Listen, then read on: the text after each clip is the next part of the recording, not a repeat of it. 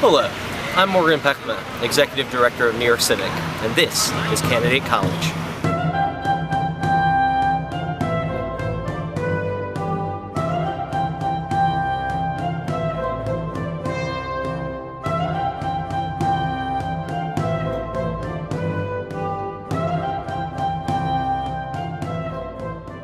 No Candidate College would be complete without a candid conversation about raising money. In this episode, Susan Lerner, the Executive Director of Common Cause New York, sits down with some of the top fundraising experts in the business to tell you how you can raise the money you need to be a successful candidate. And I hope you enjoy. We are incredibly excited. You have a tremendous range of experience and practical expertise here to talk to you about figuring out fundraising. And I will share with you that my title for the panel that I've sort of been tracking in my own mind is doing fundraising right. And that there are a lot of ways in which people can get tripped up by fundraising. As a good government group, one of the things that we do is a series of reports called Connecting the Dots, where we do research into campaign finance, contributions in particular. A lot of the phone calls I get from the press are about campaign finance and contributions. So there are really, it seems to me when we're talking about doing campaign finance right, there are really two big issues. There's the legal compliance, but there are also the ethical issues.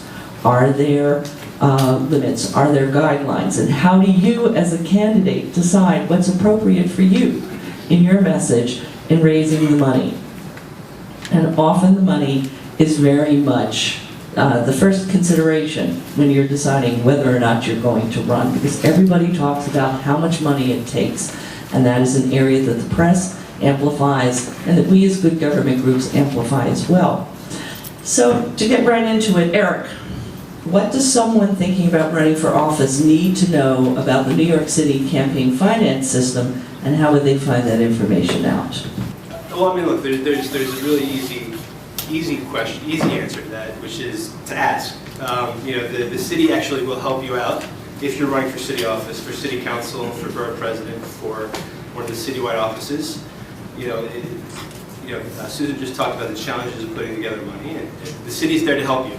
So you don't have to rely on big contributions from special interests, from wealthy individuals. All it takes is a phone call. All it takes is a visit to our website.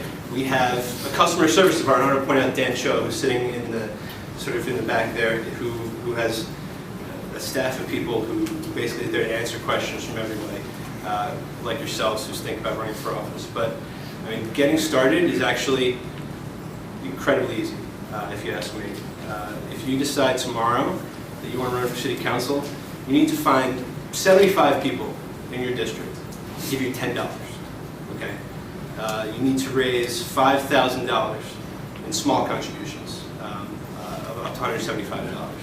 And by hitting those two benchmarks, you qualify to enter the public matching fund system. As soon as you hit those benchmarks, the city will start matching small contributions from New York residents. Up to $175, it's 6 to 1. Right? That means that $10 contribution is actually $70 in your campaign. So you qualify right away. That's a $30,000 infusion into your campaign with taxpayer funds. Those grants max out at just over $90,000 for city council. Like I said, those matching funds provide an incentive for you to raise money the right way. I think that the folks up here who've spent time raising money will tell you, look, you can lock yourself in a room, make phone calls, ask for large contributions. The maximum for city council is $2,750, right? It's a lot quicker to make that phone call and make a big ask than it is to put together an event that, you find 55 people to give you $50, right? It makes up that $2,750. But you put in those matching funds, you need 8 contributions of $50 to get that $2,750. All of a sudden, that becomes, that decision is a little different, right? The matching funds program means that you can build a campaign with grassroots effort that'll compete with just about anybody. You know, Commissioner Stern started off by talking about the ins and the outs, right? If you're an out, you don't know a lot of people are going to write a check for $2,000 or $3,000 to your campaign. You probably know people are going to write you a $50 check. So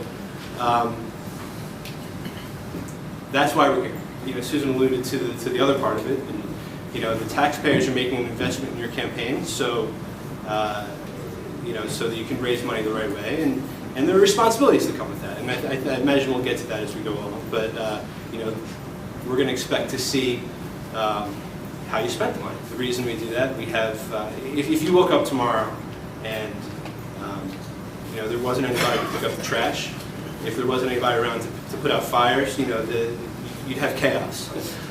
You know, if public financing went away, the city would still go on. I mean, I think it does some really good things for our political system in the city, but as a result, we take it very seriously that you keep track of the taxpayers' investment in your campaign. Jerry, often people think about lawyers as the people they call when they run into trouble.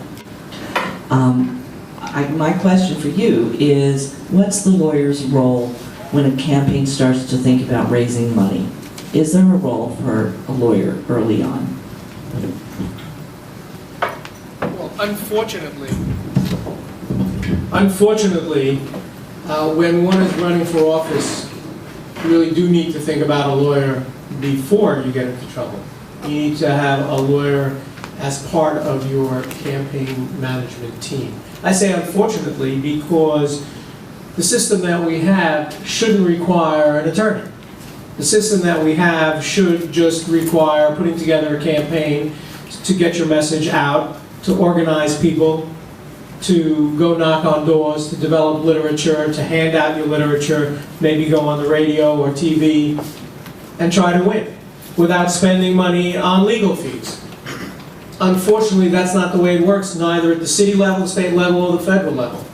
How many people here are actually thinking of running for office themselves? Okay.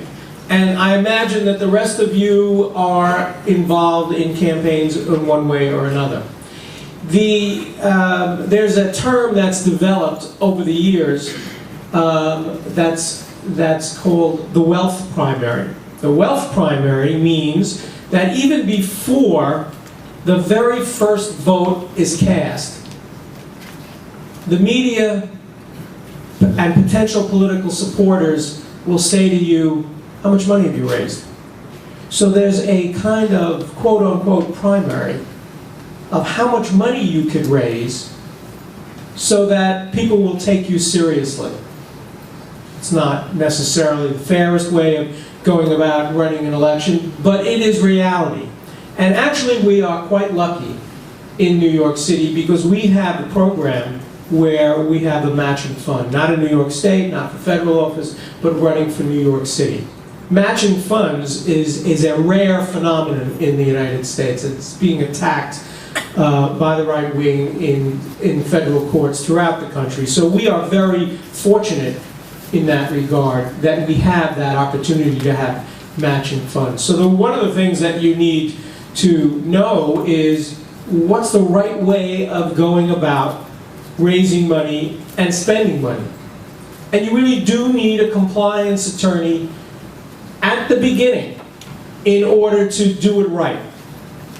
You also need an attorney to make sure that you can get on the ballot correctly, because you can't just run for office, as you know. You have to circulate petitions and submit petitions with the correct number of signatures, which have to be done correctly and filed properly and timely. So you need a compliance lawyer for your ballot access and for your fundraising.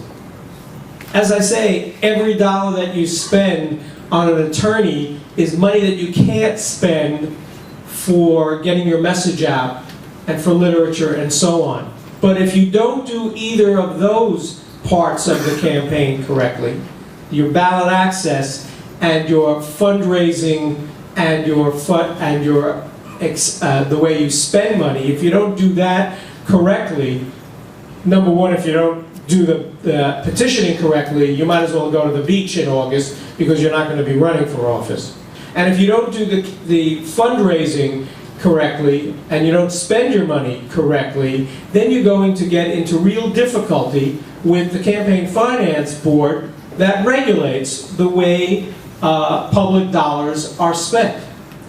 And candidates have a very difficult time with the Campaign Finance Board sometimes because they're very, very picky about the way you raise your money and the way you spend their money. But after all, it's tax dollars. So we want them to do that. And we want candidates to do it correctly so that's not a headache for you during the campaign or after the campaign, whether you've won or lost. Because there are real penalties if you don't do it correctly. They can fine you, they can ask for all the matching funds back if it's done improperly in an egregious way. So, as I say, the takeaway from that is, if you're thinking of running for office or you're putting together a campaign team, and this is not believe me, this is not an advertisement, but it's just a fact of life, an unfortunate fact of life.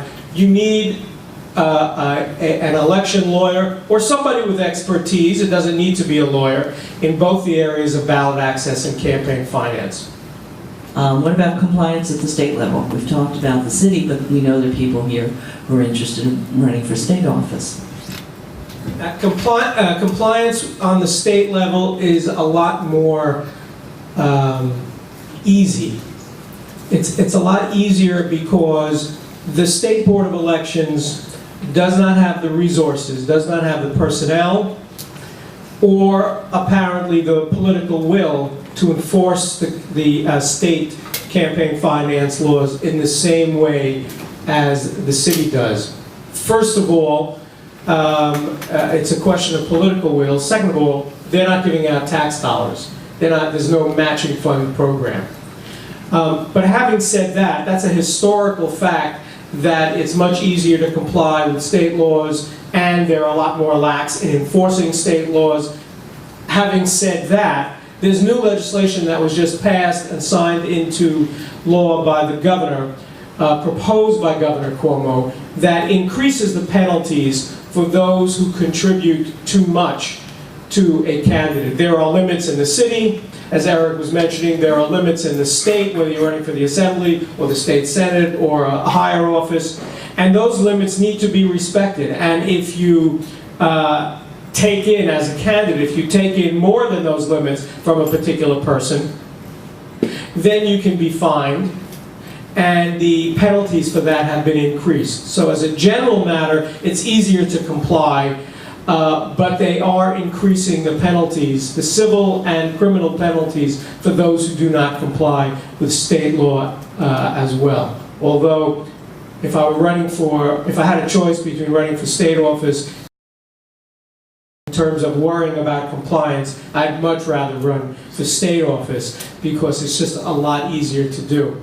One last point, Eric pointed out that there's a very user-friendly unit in the Campaign Finance Board that will answer questions, and that's, in my experience, that's really true. That's also true if you're running for federal office. The Federal Election Commission has a very user-friendly group of people who answers all sorts of questions when you're a candidate or a campaign manager or whatever. They don't ask you your name, they don't want to know what office specifically you're running for, and they will help you out. On the state level, it's not known as much, but in fact, there too, you can call up the campaign finance unit of the State Board of Elections, and they're very willing to try to help you figure out what the limits are, what you can do and what you can't do. They just don't have as many people doing that as they do in the city level.